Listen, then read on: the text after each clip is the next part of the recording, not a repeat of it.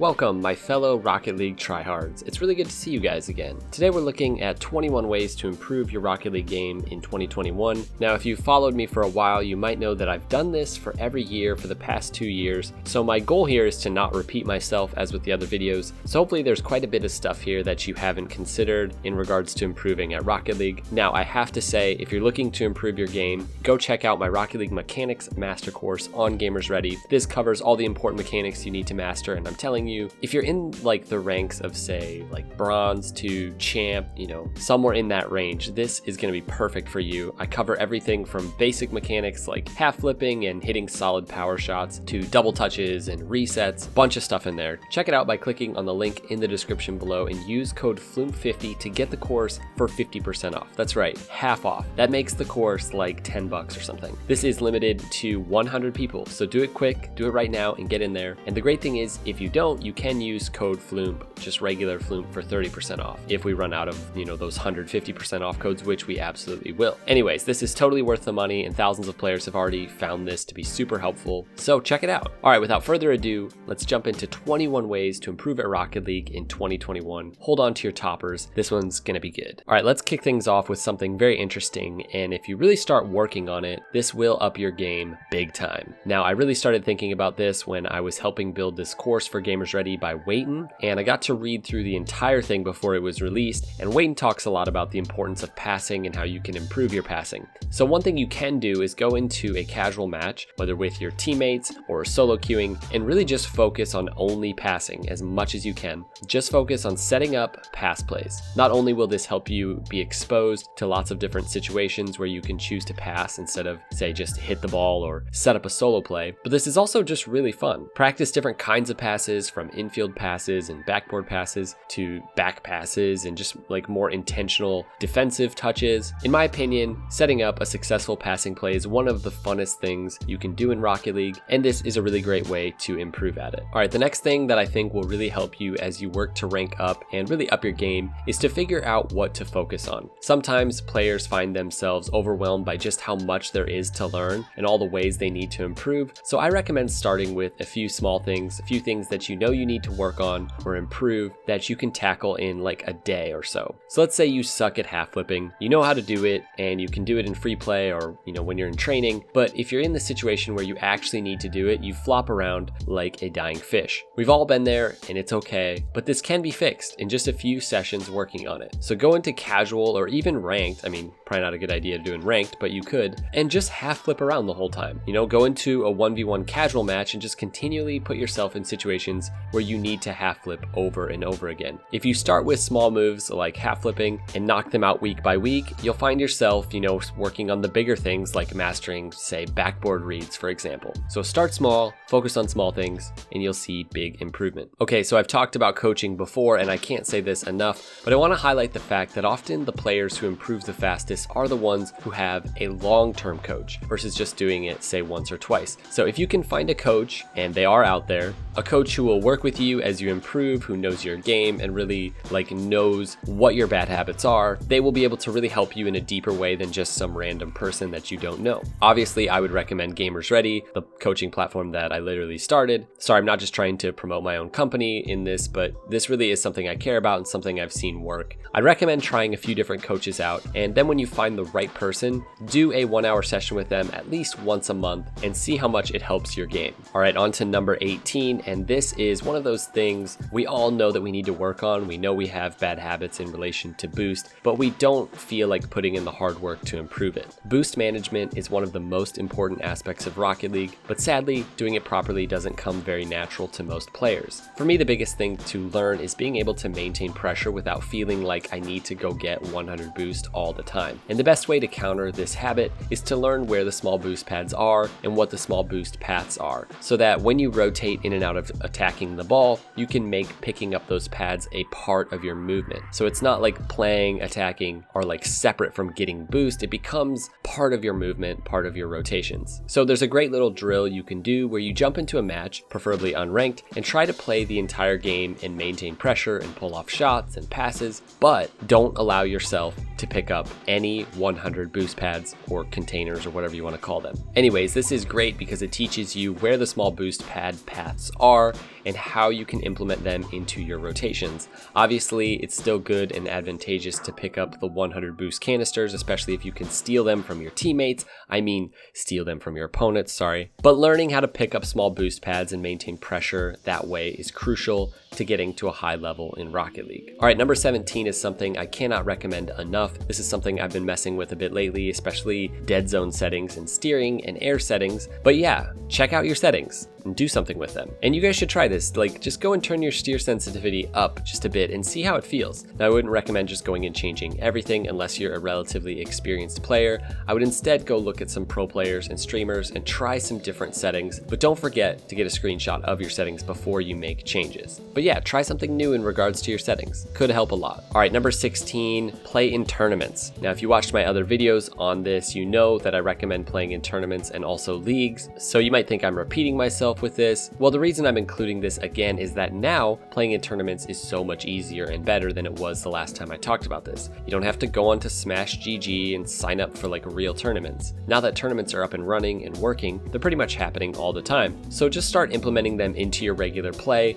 Don't just play ranked. Maybe set up a time each week when you and your team are going to play in a tournament and, you know, take it seriously. Whether it's in a game or actual tournaments, like I said, through Smash or another site. If you do play in those, you'll be surprised how much pressure is added when like $50 is on the line. It just really spices Rocket League up a little bit. Now this one comes straight from your boy Seabell. I was chatting with him about how much I suck these days and how I'm not really ranking up, and we jumped on and played a few matches, and he also looked over a replay of mine, which was really nice. He's a pretty nice chap. Anyways, one of the tips he gave me was to start working on hitting unique, weird, awkward, unconventional touches and to do it in FREEPLAY. And I'm currently doing that right now in FREEPLAY. So pretty much just work on going for shots that you wouldn't necessarily go for, especially off the wall, and just like getting those awkward, weird little touches where people don't expect you to go, things like pre-flips. These touches are incredibly hard to predict, but if you watch REASSESS, like you'll see that people do this all the time. They're always trying to go for awkward, weird touches that really mess up your opponent. All right, number 14, focus on spacing. And this one actually came from Seabell as well, from our time looking at my replay and playing together. So basically, you need to focus on getting more space and really recognizing when you do have more space. Sometimes I find myself flying around the field, and the second it's my turn to go, I just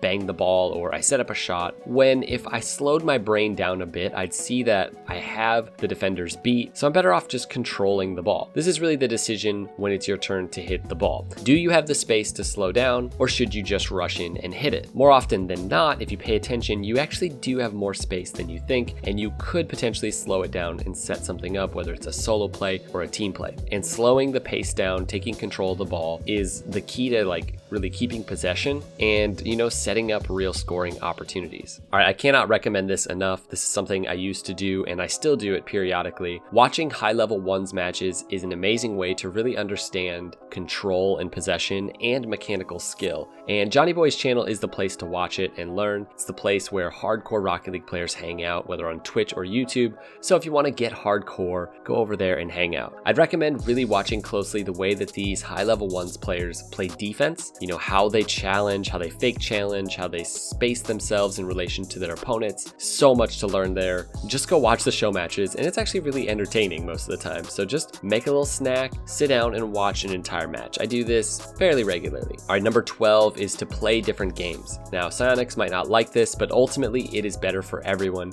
that you don't just play Rocket League. Play other games, give yourself a break from Rocket League, and maybe go try another competitive game. This is true of players like in traditional sports as well. Oftentimes the best players in the world are people who were just active in lots of different sports. When you know how to run in bursts of speed in soccer, it gives you a little bit of an edge in something like football versus someone who's only played football. The same is true in Rocket League. Getting exposure to other games can up your timing and reaction time and other elements as well. Don't just play Rocket League, you will get in a rut. Plus, it'll just make the game feel fresh when you do come back, and you will come back, I promise. promise. All right, number 11 goes to a very important aspect of the game that is often overlooked, but if you watch high-level play, it's one of the key defining differences between good players and then like the best players. So recovery in Rocket League is something that happens so often throughout every game, and if you think it's not happening, there's a good chance you're probably not doing it right or you don't really understand it. There's quite a few mechanics you can work on, things like the speed flip, the half flip, the wave dash,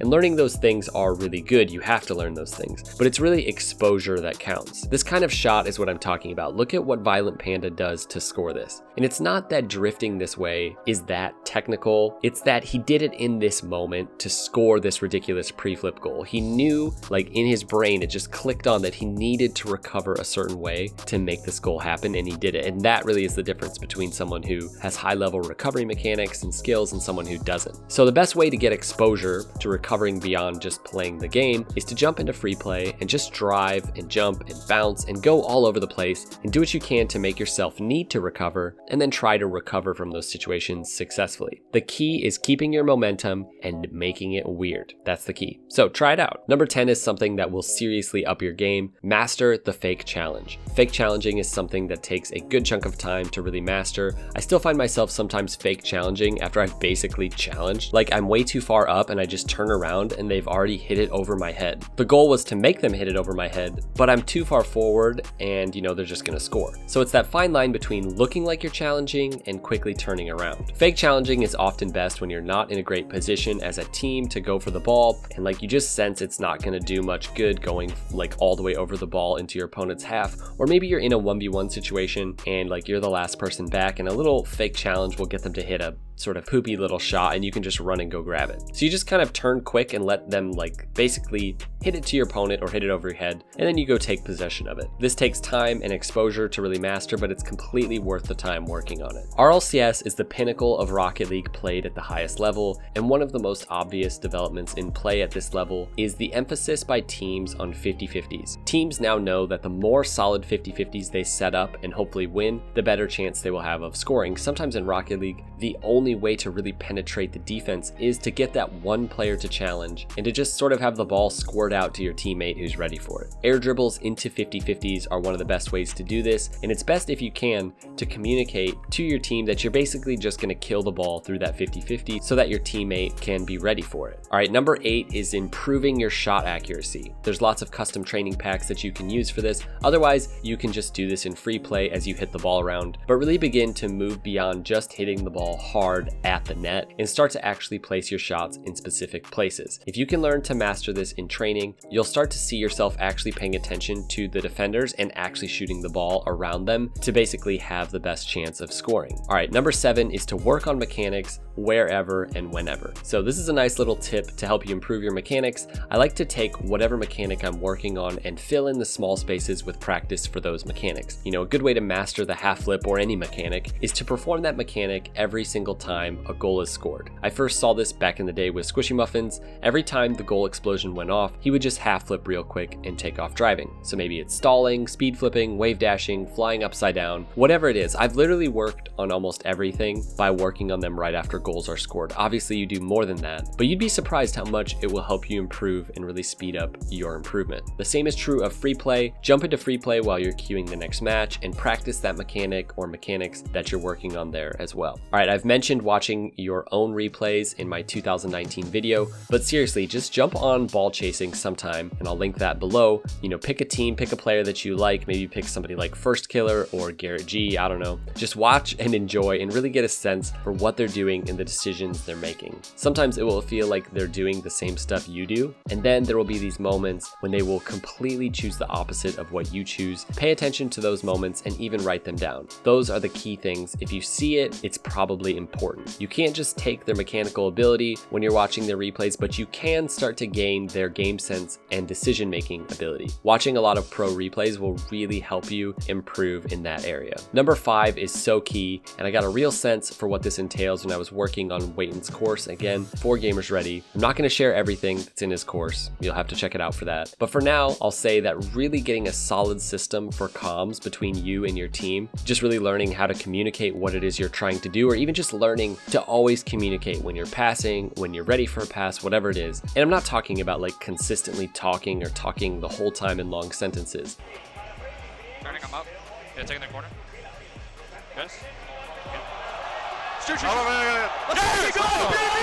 But yeah, seriously, check out Wayton's course if you want to learn more about this. I'll link that as well below so you guys can check it out. Number 4 goes to creating a new warm-up routine, or maybe creating your first warm-up routine. Now I have to admit, I'm often guilty of just jumping into ranked without warming up. If you're really concerned with ranking up, this will help a ton. I often don't feel warm until like game 6, so give yourself at least like 10 minutes to warm your mechanics up and just really spend time getting comfortable. If you think I'm crazy for thinking it's important to warm up, like my wife kind of thinks it's funny if I have to warm up for something, I'm sure there are probably others out there who can attest to feeling like you're not warmed up, like sometimes your hands are literally cold. So yeah, if you commit to just like taking 10 minutes to warm up, to practice your mechanics, to hit the ball around free play, this will help you rank up super fast. All right, number 3 goes to watching different pros play. Now there are loads of new pros making content right now, people like Kira G, who I guess made videos back in the day, but now he's really at it again. One of the best players of all time, and one of the best players in the world currently. Also players like Arsenal and hey man, it's your boy Arsenal here.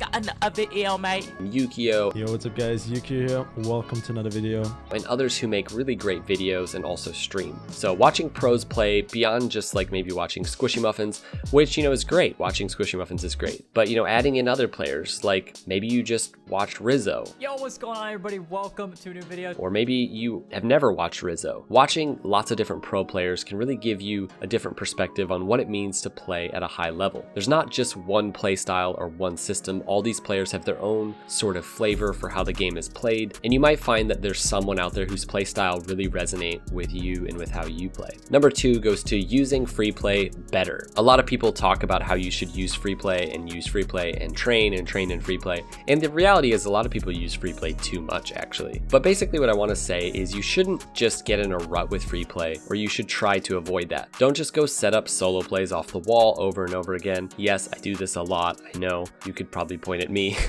But, you know, learn to use tools like Bacchus Mod to work on redirects. Go and do things like I said earlier with working on awkward shots. Practice your speed, your boost, pathing. Like you can go turn off, you know, full boost and work on your boost management. There's tons of other things you can do with free play, but start by just working on these few things and see if it doesn't help. All right, guys, we are on to number 1. The easiest way to improve quick is to commit to learn from your mistakes. And the easiest way to do this is to commit to, whenever you lose, watch the replay and figure out what happened that you did wrong. Don't worry about anybody else. Just try to figure out what you did wrong and how you can fix that the next time. Obviously, something like a missed backboard read isn't something you can fix right away, but you know, if you see a pattern, like a bunch of missed backboard reads, go take some time to work on that. And take time to work on whatever it is that you see wrong in your game. This is, without a doubt, the best way to improve at Rocket League. Well, I hope you guys found something helpful in this list, and I hope you're enjoying Rocket League in 2021. Again, if you're wanting to go even deeper, check out my Mechanics Master course from the description below. Literally just click on the link, use code FLuuMP50 if those 100 haven't already been used up during the course of this video for 50% off, or again, use code FLuuMP if we've run out of FLuuMP50 codes, and you'll still get 30% off. All right, thanks for watching. We'll see you guys in the next one.